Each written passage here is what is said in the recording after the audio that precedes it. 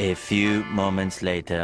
Guys finally 16 kilometre travel करने के बाद ये जो रोड आप देख रहे हैं ना, गढ़ों वाले रोड से जान छूट गई हमारी। सामने आ चुका है राजा रस्ती और वहाँ से जो रोड है वो बना हुआ रोड स्टार्ट हो जाता है। वो रोड ये है कि चलने लायक है गाड़ी के हिसाब से। बाकी ये जो उमरकोट से निकल कर 15-16 किलोमीटर है राजा रस्ती तक, ये 15-16 किलोमीटर जो है ना बंदे की कमर तोड़ देते हैं। ये वो रोड है, खाया पिया हजम कोई सी भी गाड़ी हो बंदा झूलते हुए जाता है। ये आप रोड देख लें और आगे अभी राजा रस्ती के अंदर से ही जो रोड स्टार्ट होगा वो रोड भी आपको दिखाता हूँ। ये एक छोटा सा स्टॉप है उमरकोट से निकलने के बाद राजा रस्ती। यहाँ से जो है सही वाला रोड स्टार्ट हुआ, वो सामने जहाँ पर कोरे है ना वहाँ से। ये आप देखिए, अब रोड में दिन रात क्या, मैं कहता हूँ महीनों का हफ्तों का फर्क है इन दोनों रोड्स में। इस रोड पे चलने के बाद पता चलता है कि गाड़ी रोड पे चल रही है। ये जो सामने आप दरगाह देख रहे हैं, ये दरगाह है सूफी सादिक फकीर की। और राजा रस्ती के बाद, उमरकोट से निकलने के बाद राजा रस्ती, और राजा रस्ती के बाद ये स्टॉप आता है, और इस छोटे से स्टॉप का नाम है सूफी सादिक फकीर। ये नाम भी यहाँ का सूफी सादिक फकीर है, वो इसी दरगाह वाले जो बुजुर्ग हैं उनके नाम से ही ये स्टॉप कहलवाता है, सूफी सादिक फकीर के नाम से। हवा चल रही थी बहुत ज़्यादा तेज़ और खिड़की भी खुली हुई थी। अब मेरी आवाज़ रिकॉर्ड हुई है या नहीं हुई मुझे नहीं पता, एक दफ़ा फिर बता देता हूँ। पीछे जो आपने दरगाह देखी वो दरगाह थी सूफी सादिक फकीर की थी, और उन्हीं के नाम से जो है ये छोटा सा स्टॉप कहलवाता है सूफी सादिक फकीर। सूफी फकीर भी कहते हैं लोग इसे।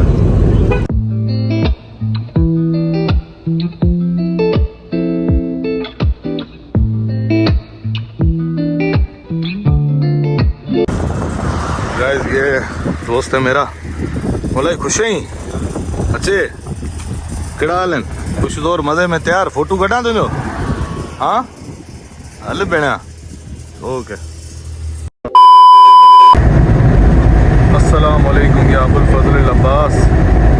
गाइस अभी बचाबंद क्रॉस किया है और रास्ते में ये अलमबाग भी आता है।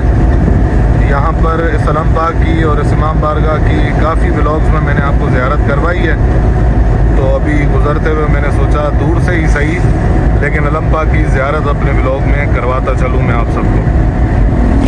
अस्सलाम वालेकुम या Abul Fazal Abbas. 2000 years later. Guys finally Mirpur Khas पहुँच गया हूँ। ये सामने है मिरपुर खास का चार मीनार चौक और इस तरफ है बल्दिया वाली मार्केट। अभी बल्दिया की तरफ जाना है।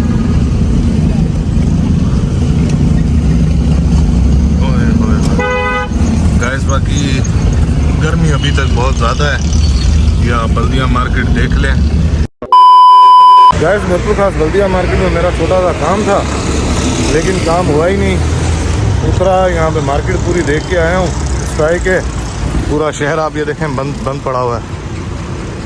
अब स्ट्राइक का रीज़न क्या है, यहाँ पे एक दोस्त को कॉल की, पूछा, स्ट्राइक का रीज़न पता नहीं है। बहरहाल अब निकलते हैं हैदराबाद, अल्लाह खैर करे, अब देखते हैं वहाँ स्ट्राइक ना हो।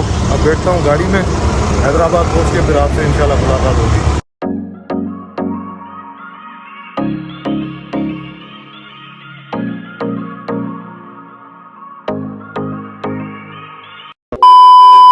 गाइस अभी टंडोलायर से जो बाईपास है आगे हैदराबाद रोड पे जाएगा, सिटी का जो बाईपास है टंडोलायर शहर से पहले आता है बाईपास। यहाँ पर स्टॉप किया है पानी वगैरह पीने के लिए, पानी वगैरह लिया है।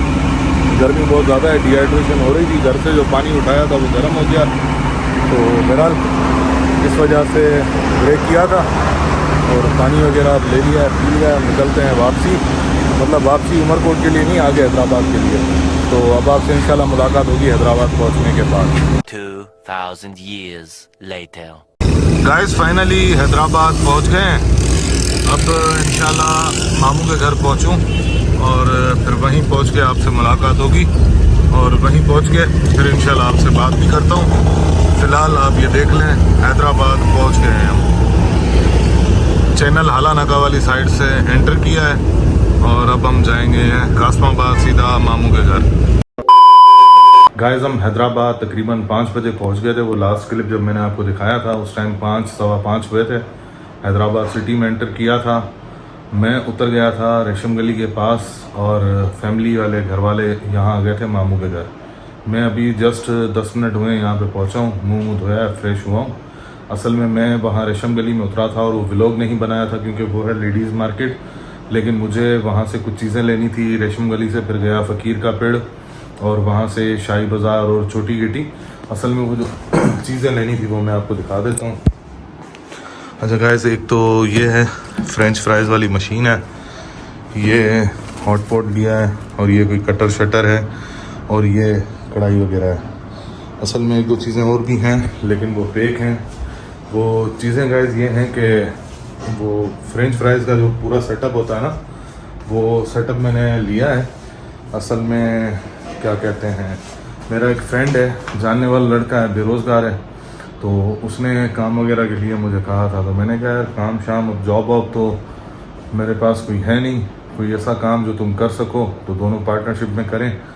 तो उसके पास इन्वेस्टमेंट नहीं थी। मैंने उससे कहा था कि मैं भी तुम्हारे साथ लग जाऊंगा, शॉप के साथ ही जो है ये फ्रेंच फ्राइज़ वाला सेटअप करते हैं। तो उसके मसाले, अपना सामान वगैरह और ये सारी चीज़ें भी ले ली हैं, कुछ चीज़ें अभी रहती हैं, कुछ दिनों के बाद ये कर लेंगे सेटअप स्टार्ट। मैंने कहा चलो आया हुआ हूँ तो ये सामान वगैरह भी ले लूँ। और वहाँ पर ब्लॉग इस वजह से नहीं बनाया, लेडीज़ मार्केट थी, वहाँ से निकलने के टाइम पे भी इतना बड़ा कार्टन और ये सारा सामान अकेला मैं लेके आ रहा था, तो इस वजह से वो सारी वीडियोस मैं नहीं बना सका। खैर अभी हूँ मामू के घर और रेस्ट कर रहा हूँ। बाकी फर्दर आगे की क्या अपडेट है वो ब्लॉग में आपको मैं बताता हूँ। तो आप सबसे रिक्वेस्ट है ब्लॉग में बने रहिए, इंशाल्लाह मिलता हूँ आपसे थोड़ी देर तक। गाइस इस फ्राइज़ के सामान ने बड़ी भारी करवाई है। अभी कुछ सामान और लेना था, बाइक पे मामू के साथ निकला था, केचप वगैरह और मायनीज वगैरह ये लेंगे। रास्ते में मामू की बाइक होगी ख़राब, तो पैदल पैदल छोटी गिट्टी से सारा सामान लिया है। सामान ये पड़ा हुआ है और मैं अभी कासिम चौक पे खड़ा हूँ और यहाँ पे आया हूँ मैं रिक्शे में। मामू वहाँ पे बनवा रहे हैं बाइक छोटी गिट्टी की तरफ, तो मैं रिक्शा में यहाँ उतरा हूँ। गाड़ी खड़ी हुई है रोड के दूसरे तरफ, तो मैं गाड़ी पे पहुँचूँ फिर मिलता हूँ और आपको बताता हूँ कि क्या क्या सीन हुआ है मेरे साथ। गाइस रोड क्रॉस करके गाड़ी के पास आ चुका हूँ।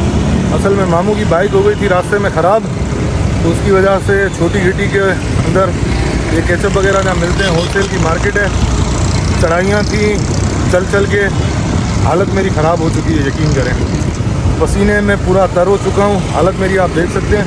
बहरहाल घर वालों को मैंने फ़ोन करके बोल दिया था, वो मामू के घर से निकला है गाड़ी लेके यहीं कासिम चौक पर। अब यहीं से बैठ रहा हूँ गाड़ी में। अब इंशाल्लाह आपसे मुलाकात होगी वापस उमरकोट पहुँचने के बाद। अभी टाइम हुआ है रात के तकरीबन 9:45 हुए, 9:40। अब हम निकल रहे हैं हैदराबाद से वापसी उमरकोट के लिए और अब उमरकोट पहुँच के ही आपसे मुलाकात होगी इंशाल्लाह।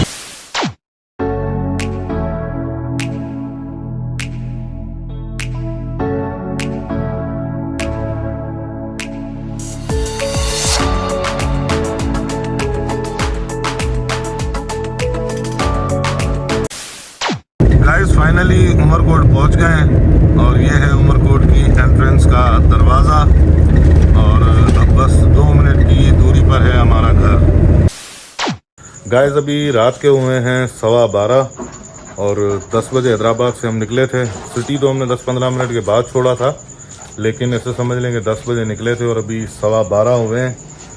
फाइनली अपने घर पहुंच गया हूं और आज के दिन जो मैं पैदल चला हूं, आप यकीन करें ना मेरी हालत एंड हो गई है। इतना थक चुका हूँ। छोटी गिट्टी वाली जो चढ़ाइयाँ थी ना, वो पैदल पैदल चला हूँ। काश उस टाइम मैं ब्लॉग बना सकता और आप लोगों को दिखाता कि मेरी क्या हालत हो गई थी।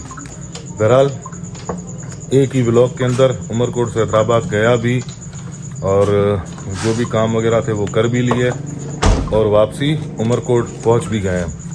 तो बहरहाल इसी के साथ अब गाड़ी में से सामान वगैरह उतारना है, सारी चीज़ें छोटा भाई भी उतार रहा है। अकेला मैं उसका हाथ वगैरह बटवाऊँ, सामान वगैरह उतारूँ। गाड़ी भी अभी देखें ना यहीं घर के सामने खड़ी हुई है, इसको यहाँ शेल्टर के अंदर खड़ा करना है। तो अब ये सारी चीज़ें माइंड अप कर लूँ। तो गाइस इस व्लॉग को कर रहा हूँ यहीं पर एंड। इंशाल्लाह मिलते हैं फिर किसी अगले व्लॉग में, तब तक के लिए अल्लाह हाफिज़, दुआओं में याद।